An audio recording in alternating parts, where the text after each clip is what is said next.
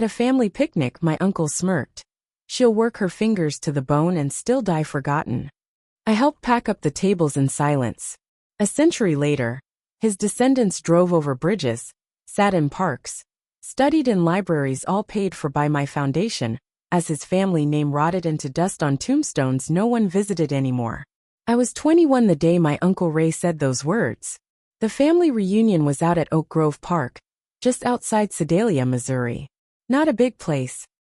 Just 2 picnic tables chained to the ground, a few sad grills, a rusty playground that hadn't been safe since the 80s. But we went every year because Grandma always said, family needs to gather. It was over 100 degrees. The kind of heat that makes your clothes stick to your back and the air feel heavy like wet laundry. Everyone was cranky. The kids ran around already sunburned. The men sat in those old canvas chairs talking loud about things they never really did. The women fussed with the food, trying to keep the flies off the jello and deviled eggs. I didn't want to be there. I had just come back from yet another job interview. It was the 3rd one that month. Still nothing. I was tired, broke, and the gas money I used to get there had come out of the loose change jar I kept in the back of my closet. My mom begged me to come. Just show your face, she said. Ray's got connections. Maybe he can help you. I should have known better. Ray was sitting under the only patch of shade, his cheap sunglasses on like he thought he was someone important. He had that beer belly that hung over his shorts and a voice that carried farther than it should have. Everyone knew him as the successful one. Real estate, insurance, rentals, the usual. He always acted like his life was a damn parade. I was helping pack up the plates when I heard him talking to his son, Mike. I wasn't even 10 feet away, but they talked like I was invisible. She'll work her fingers to the bone and still die forgotten. I froze. My hands were full of plastic utensils and my back was turned. I stayed still like maybe if I didn't move I could disappear completely. Mike laughed. That high, short laugh like a hyena choking. I didn't say a thing. Just kept packing up the tables like nothing happened. That moment never left me. Not the heat. Not the sound of that laugh. Not the way Ray said it like it was already fact. Like I was a joke. A failure. A waste. He had no idea what he lit inside me that day. After that, I stopped looking for help from anyone in my family. I went where nobody knew me. Took a job cleaning rooms at a nursing home in Warsaw, about 45 minutes south. The pay was garbage. The hours were long. I cleaned toilets, changed sheets, scrubbed floors. Sometimes I'd come home smelling like bleach and piss. But I didn't complain. Because the stories inside that place were better than any classroom. There was one old guy, Mr. Taylor, who used to be a college professor. Alzheimer's had scrambled his short-term memory, but when it came to lectures about government funding and grant writing, he was still razor sharp. He'd talk for hours while I cleaned his room, taught me how people set up endowments, how legacies worked. Then there was Miss Birdie. She used to be an accountant for big nonprofits. She was quiet, but if you brought her mint tea, she'd explain how rich families use foundations to hide wealth and control the world from behind the scenes. She even drew diagrams on napkins for me. And then there was Esther. She was 94 and had no family left. She liked me, said I reminded her of her younger self, quiet, focused, stubborn. She told me, money doesn't make a legacy, but it can protect one. Every time I brought her pills, she'd give me lessons, real ones. About people, power, history. She died on a Wednesday. Just didn't wake up. A week later her lawyer called me. She'd left me everything. I didn't buy a car. Didn't move into a fancy apartment. I kept working. Took online courses at night. Started learning everything I could about money, trusts, taxes, power. Not to get rich. To erase him. Every spare dollar I had went into building something real. Something with my mom's name. The name Ray used to call trash. The name he thought was too poor to matter. The Whitlock Foundation was born 10 years later. It started small, a $500 scholarship for a single mom going back to school. Then we bought an old bookstore and turned it into a free tutoring center. We paid for lunches at struggling elementary schools. Bought textbooks for kids who couldn't afford them. Renovated the burned-down public library in Marshall and slapped the name, Whitlock, on every corner of it. We built parks. Paid for footbridges. installed benches in bus stops, all in the towns around where I grew up. Quiet places where people like me were always forgotten. Except now they had a name to remember. Whitlock. Ray died when I was 48. Heart attack on the golf course. He was still bragging about a deal he never closed. At the funeral, his kids argued in whispers about selling the lake house. Nobody cried. They posted a single Facebook photo with a caption that read, "Rest in peace, Dad." It got 12 likes. I sent flowers. No name. 20 years later, his great-grandson Corey applied for a scholarship. The Whitlock Foundation paid for his full ride to college. He even wrote a thank you letter, thanking the generous donors. I read it and smiled. He had no idea. None of them did. Every one of them raised descendants now walk across bridges we built, picnic in parks we landscaped, study in libraries we restored. They think the world got better by accident. But I know. And the name Colton? It's nowhere. Not on a building. Not on a bench. Not even on the newer graves. Just a few sun-faded headstones in a forgotten corner of the cemetery, where the grass is overgrown, and the name is sinking into the dirt. After the funeral, I kept my head down. That's how I stayed ahead. Quiet. Focused. Always 5 steps out of sight. But I didn't forget. I kept tabs on his family. Not in a creepy way, just enough to know. Just enough to keep my legacy clean. And his name buried.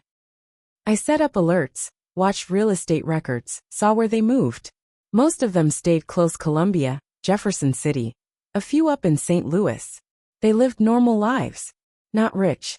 Not poor. Just average. And every time one of them took a photo in a city park, I checked. Most times it was one I'd had a hand in. They stood on walkways stamped with the Whitlock name. Took selfies near plaques honoring my mother's legacy. Sat on benches I'd paid for. One of his granddaughters even got engaged at Whitlock Lakefront, a restored area with lights, paths, and a garden I funded in honor of single mothers. I saw the photo. She captioned it, "The most beautiful place in the world." I kept a copy, but then things started to shift. It was around my 67th birthday when I got a call from a woman named Nora. She worked in local archives in Sedalia. We'd funded a digitization project for them a few years back. She said she came across something strange. "Did you know," she asked, "that someone's been trying to rename the Oak Grove Bridge?" I felt my stomach drop. That bridge was the first big thing the foundation ever did. My name wasn't on it, but the foundation's was. It connected the poorer side of town to the public library, a place that used to be cut off. I'd made sure it was strong, wide, safe, and permanent. Now someone was trying to rename it the Colton Crossing. Ray's name. It didn't take long to find out who. His middle grandson Brian Colton was running for city council in Jefferson City. He'd started a little group called Remember Our Founders. Claimed his grandfather was a local legend in real estate. Claimed the bridge stood on land he once owned. I sat with the file open on my desk. My jaw locked so tight, I could hear my teeth creak. This wasn't nostalgia. This was erasure. I didn't fight it publicly. That's not my way. Instead, I called in every favor I had. Talked to journalists I knew. Hired a private researcher to dig into Brian's records. Found out he was overstating every single part of his grandfather's past. Ray had never owned the land. The deeds said otherwise. His so-called business empire was built on predatory lending and 2 near bankruptcies. He covered up by putting property in his wife's name. I put it all together. Then I gave it anonymously to a local reporter. They ran a Sunday front-page story. Council hopeful's legacy built on lies? The bridge renaming died quietly in a subcommittee. Brian dropped out of the race a week later, citing stress and unfair media attacks. I kept the article in a folder marked insurance. But that wasn't the end. Not even close. Because that reporter? She reached out a month later with a different question. "I've been looking into the Whitlock Foundation," she said. "There's no board of directors. No public records of donors. No photos of the founder. That's rare." I could hear what she was really saying. "Who are you? And why have you done so much without wanting any credit?" I ended the call fast. Told her we valued privacy. Which was true. But part of me, a deep part, was getting tired of hiding. Not for attention. Not for praise. But because if I died, no one would know the truth. I'd be erased too, just like Ray wanted. So I started writing everything down. Every deal. Every project. Every time I saw one of his grandkids benefiting from something I'd done, I kept it in a locked journal. Then I made copies. Digital. Paper. Sent them to a lawyer I trusted. Told her to release it after my death, not for glory, but for history. Let the truth live somewhere.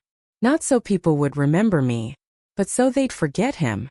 A year after the bridge renaming failed, I started getting strange emails. Not threats. Just odd. Subject lines like, "I know who you are. We owe you, don't we? Why didn't you let us know it was you?" First I thought they were spam, but they weren't.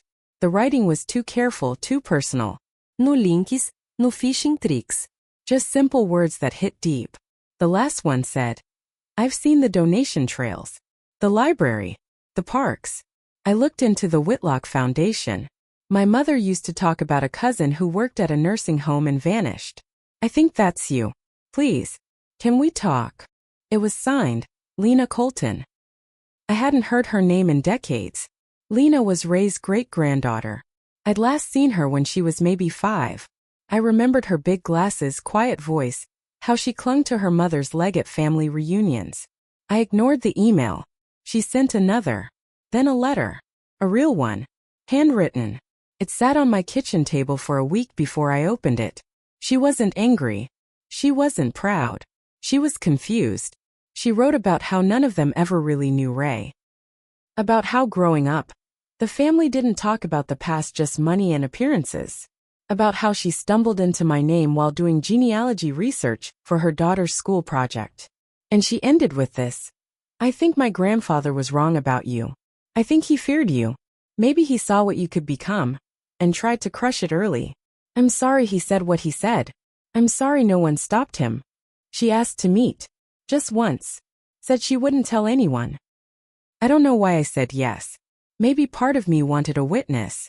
We met at a diner halfway between Sedalia and Columbia. I wore a scarf, kept my sunglasses on. She recognized me anyway. I saw it in her eyes the second I walked in. "You haven't changed," she said. I smiled. "You're the first Colton to ever say that like it's a compliment." We talked for hours. She asked questions, not rude ones, just honest. She'd become a teacher. Said she always loved parks, old buildings, libraries, and now she knew why. Because her life had been quietly shaped by someone she never knew existed. Then she asked something that stopped me cold. "Why not put your name on anything? Why keep hiding?" I didn't answer right away. Finally I said, "Because I wasn't doing it for fame. I was doing it so your grandfather would disappear." She nodded. She didn't argue. She understood. Then she reached into her purse and handed me a photo. It was a black and white print of a tombstone. Cracked. Faded. It said, "Raymond Colton, 1948 to 2021. Beloved husband. Father. Entrepreneur." She said, "No one's visited in years. Not even us. You did what you set out to do. He's gone. But you're still here." I didn't keep the photo, but I remembered it. 3 months later, I got a call from the lawyer I trusted with my journals. "There's something you should know," she said. "A man came in yesterday trying to access your records." "What man?" She read the name off slowly. "Michael Colton. Ray's son. The one who laughed at the picnic. He had no legal right." She turned him away. But it meant something important. They were looking now. Maybe they suspected. Maybe Lena told someone. Maybe someone followed her. Whatever the reason, the shadows were shifting. And if they found out the full truth while I was still alive, everything I built could be threatened. They could try to take credit, rebrand the foundation, twist it, or worse, destroy it. I had a choice. Stay silent, keep hiding, or speak first. But if I spoke, the whole family would know. Some would feel guilt. Others would feel rage. And at least one I knew would try to strike back. After the lawyer told me Michael Colton had come sniffing around my records, I felt it in my chest like a bad storm was coming. I hadn't felt fear in years. Not since I built the foundation. But now it was back, curling up my spine, whispering all the things I tried to forget. They were going to fight for control. I knew that kind of man, the ones who laugh at women working hard, the ones who think legacy is about who talks loudest. So I beat them to it. I went public. Not with my face. Not with my voice. But with my truth. I published a letter. Sent it to every news outlet in Missouri. Paid to have it printed in 3 major papers. Put a digital version on the foundation website. Right under the front page. Why I built this and who it was for. I told the story. I told them about the picnic. The cruel words. The silence. The work. The legacy. I told them how the Whitlock Foundation started with one old woman's final gift and became a quiet rebellion against the people who tried to make me small. I didn't name Ray outright, but I didn't have to. Everyone who needed to know knew. And I ended the letter with a sentence I'd waited 46 years to say. He said I'd die forgotten. I made sure he did instead. The response. It hit like lightning. People came out of nowhere, teachers, single moms, college grads, community organizers writing about how the Whitlock Foundation had changed their lives. They called me a mystery, a hero, a ghost. Ray's name? Dragged through the mud. Old articles surfaced about his shady deals, his evictions, the people he ruined. Reporters dug deeper. Found lawsuits. Found tenants who'd lived in his rat-infested houses. Found tapes of him saying things worse than what he said to me. Michael tried to deny it all. Claimed it was fake news. Said the foundation was built using his father's model. But I was ready. I released the files. The deeds, the receipts, the timelines, the grants, the checks. The truth hit like a bomb. He got sued for defamation. Lost. The court forced him to pay damages to the very foundation he tried to steal. It made headlines. Son of disgraced landlord forced to fund opponent's legacy. He disappeared after that. His kids moved out of state. One of them dropped the Colton name altogether. As for Lena, she stayed. She offered to help. I let her. We didn't become close, not in the way people might think. But we respected each other. She saw what I did and she carried it forward. She ran the foundation when I stepped back. Quiet. Steady. I visited Ray's grave once. Just once. It was cracked. Overgrown. The stone was leaning sideways. I didn't leave flowers. I didn't spit either. I just stood there and whispered, "You were wrong. About me. About what matters. About everything." Then I turned and walked away. When I died 10 years later, they held a ceremony at Whitlock Park. Not a funeral. A gathering. No one cried. They smiled. Because I'd already left everything behind, not money, but meaning. And across Missouri, in libraries, in parks, in quiet corners of towns forgotten by men like Ray, my name stayed. Not on gold plaques or bronze statues, but in the benches where tired feet could rest. In the books children opened. In the bridges people crossed every single day. I wasn't loud. I was permanent. And that's all I ever wanted.